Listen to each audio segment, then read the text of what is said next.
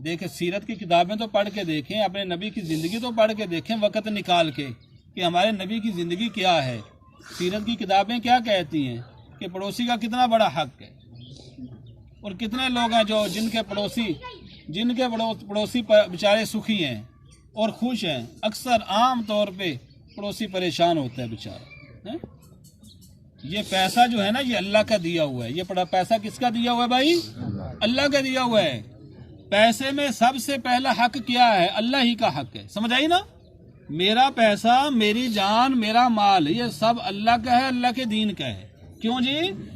اللہ کا دین پوری دنیا میں زندہ ہو جائے، اس کے لیے میری طاقت لگ جائے، میرا مال لگ جائے، یہ بڑی خوش قسمتی کی بات ہے۔ ایک بات کہتا ہوں، ہمارے گھروں میں کتنی سہولیات ہوتی ہیں لیکن مسجد کو کوئی پوچھتا ہی نہیں ہے، کوئی نہیں۔ بڑے درد بھرے ہیں مسجد سے، اتنی غفلت۔ مسجد سب سے بڑی چیز ہے بھائی۔ مسجد کی آبادی کے ساتھ ہماری آبادی ہے، اور مسجد کی ویران ہونے کے ساتھ بربادی کے ساتھ ہمارے گھروں کی بربادی ہے۔ مسجدوں کو آباد کرنا مسجد کا سب سے بڑا حق ہے۔ مسجد میں وقت دینا، نماز ادا کرنا، نماز کی پابندی کرنا۔ فرمایا جو شخص نماز سے پہلے جتنا وقت جا کر مسجد میں بیٹھا رہتا ہے اس کو نماز کا ثواب ملتا رہتا ہے۔ جتنا وقت نماز کے انتظار میں بیٹھا رہتا ہے اتنا اس کو نماز پڑھنے کا ثواب ملتا رہتا ہے۔ اور آگے سنو، نماز کے بعد جتنا وقت مسجد میں بیٹھا رہتا ہے فرشتے اس کے لیے دعا اور استغفار کرتے رہتے ہیں۔ کتنی بڑی بات ہے۔ ہمارے ایک بورے والا کے بزرگ وہ مسجد میں بیٹھتے نا، مسجد میں بیٹھ جاتے تو گھنٹہ، 2 گھنٹے، 3 گھنٹے، 4 گھنٹے بیٹھی رہتے۔ کسی نے کہا یار تو کیا بیٹھا رہتا ہے، کیسے بیٹھا رہتا ہے؟ ہمیں تو بیٹھنا مشکل ہوتا ہے۔ اس نے کہا اس سے بہتر جگہ کون سی ہے؟ سب سے افضل جگہ مسجد ہے۔ سب سے افضل جگہ مسجد ہے۔ مسجد میں بیٹھنا چاہیے، وقت دینا چاہیے۔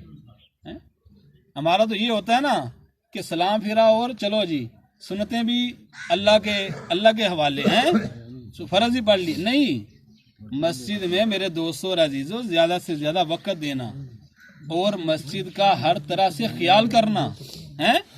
ایک عورت مسجد کی صفائی کرتی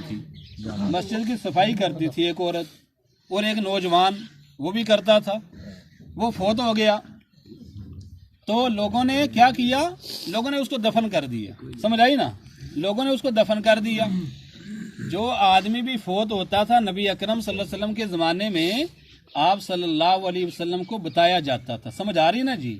نبی اکرم صلی اللہ علیہ وسلم پھر خود جو بھی ارشاد فرماتے تھے تو اس کے مطابق آپ کرتے تھے۔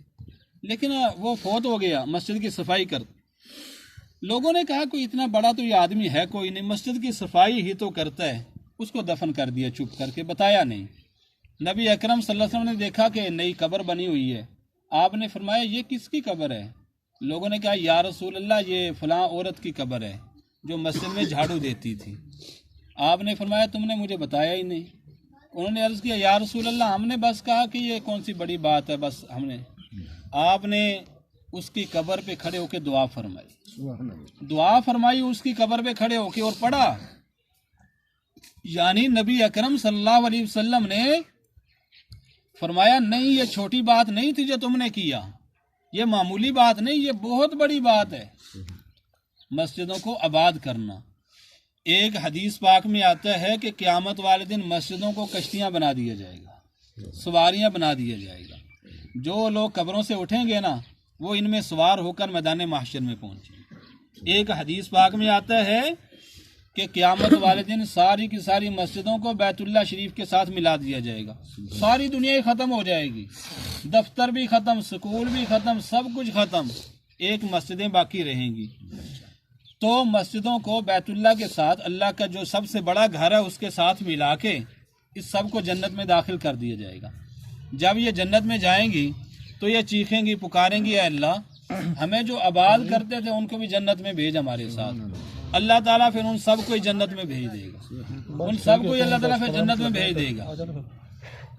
مومن آدمی کا گھر جو ہے نا، مسجد مومن آدمی کا گھر ہے.